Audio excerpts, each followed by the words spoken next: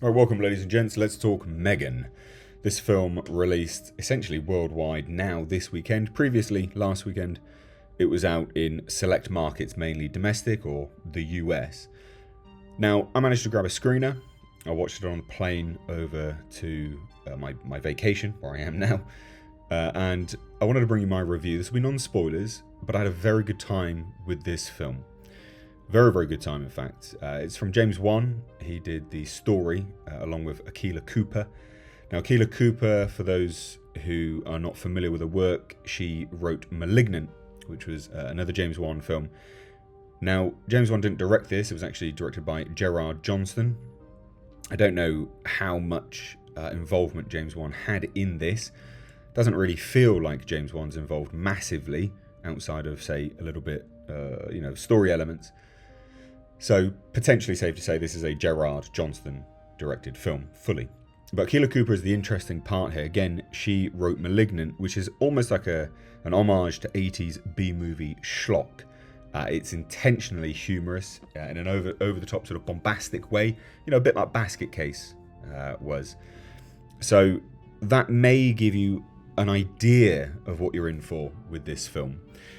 But again, as I said, it's only just an idea. This film is really good. Now, what I mean by that, just the kind of prerequisites to affirm, that kind of standing is really good. It's a beer movie. It's a popcorn flick. It's a watch with your pals and laugh. It is not scary. Slightly unnerving here and there, but not scary. You could title it a horror film very, very loosely. Now, an interesting comparison to this would be the reboot of Child's Play, which came out, I think now probably like 2 years ago. And it was a reboot because essentially the rights were in a weird situation where I believe it was Orion Pictures could basically remake the first one, but change some bits and pieces. Now, they did remake it. Some say for the better, some say for the worse. From my perspective, Child's Play is a film which should have been what M3GAN was. Its own thing, completely separate. Really delved into the AI side of things, going absolutely bonkers and ballistic. And that's what M3GAN did. So M3GAN succeeded where Child's Play failed, in my view. And I think they did a very, very, very good job of it, in fact. Now, it stars Alison Williams, who essentially rose to fame with Get Out, Violet McGraw, Ronnie Chieng. And that's kind of it, really. It follows the story of a girl who loses her parents in a snow ploughing accident. She has to then get taken into care by her aunt, who is Alison Williams' character. And Alison Williams does R&D for a toy manufacturing company. They were making essentially a Furby on steroids, and she's been working on an advanced AI robot called M3GAN. Now, M3GAN is then given to the little girl as a gift, bond, look after her, that sort of thing. And it's not 100% clear cut what happens in this film. There are some elements which show potentially that M3GAN bangs her head. I mean, they literally zoom in on her head being banged and pulled, and then things start going astray. But then there's also the algorithms and learning element of her programming, and then her going astray from there. And that kind of stuff is actually out and out stated, even though they show and reference damage potentially happening. But basically, she just goes mental and starts murdering people. I mean, it's in the trailer, right? That is the trailer. You've seen the film from the trailer. There's more to it. It's genuinely funny in parts. Ronnie Chieng is terrible in this, though. Goddamn, he's an awful actor. He's real bad. Goodness me, he's real bad. I don't get it. Maybe he's intentionally bad in this. I don't get it. But yeah, terrible. But yeah, this is a genuinely funny movie.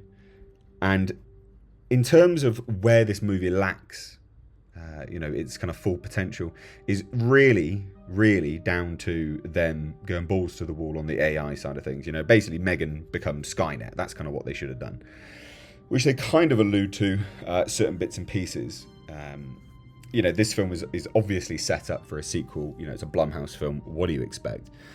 So, of course, they were going to set it up for a sequel. And the other side of it is it could have been much, much, much more gory. There are some things which happen in this film, you know, like a dog, for instance, which I'm glad they didn't show gore. But what they do show is impactful, and is impactful enough for what film they're trying to portray. Now, there is allegedly an unrated cut floating around, an R-rated cut or whatever, and that's set to be released at some point, who knows. But they're already working on a sequel that's been greenlit, all but, essentially. And this is a film which, you know, it's harmless. It's definitely not Oscar worthy. It's a harmless film, but it's decent in its execution. It's a pretty decent film. It's funny. Cinematography is fine. There are some elements where you're like, oh, okay, cool. They did something original there. And then there's some stuff, you would have seen it from the trailer, where M3GAN gets down on all fours and runs like a dog or a spider or whatever. I never like that when robots do that. It doesn't make any sense. Humans actually pretty efficient at running, you know, to a certain degree.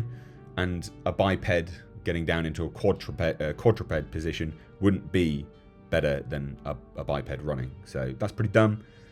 But all in all, this is a decent film. Strong recommendation. There's not a lot on at the box office now. And, you know, this is a film which, again, is harmless. You can watch this, you can enjoy it. You could probably watch this a few times in the theatre and still have a decent time with it. It's just a good, dumb, fun movie. Not telling any grandiose story about anything, which they could have done, by the way. I'm not saying that they couldn't, and, you know, maybe they should have to make this better. But as it stands, it's a decent film. I don't think you'd be disappointed watching it. I think you'd have a very good time watching it, in fact. And most people I've spoken to who have watched it thoroughly enjoy it and recommend it.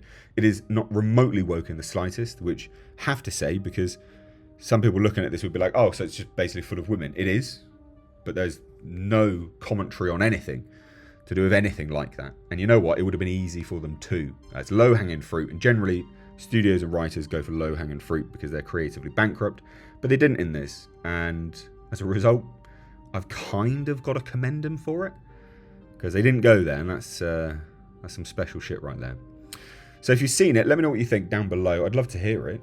Do you think it should have been a little bit more balls to the wall? Would you like to see an unrated cut? Let me know down below. Love to hear any and all of your thoughts. Give this video a like, and please do share it. Love to have you here more often as well.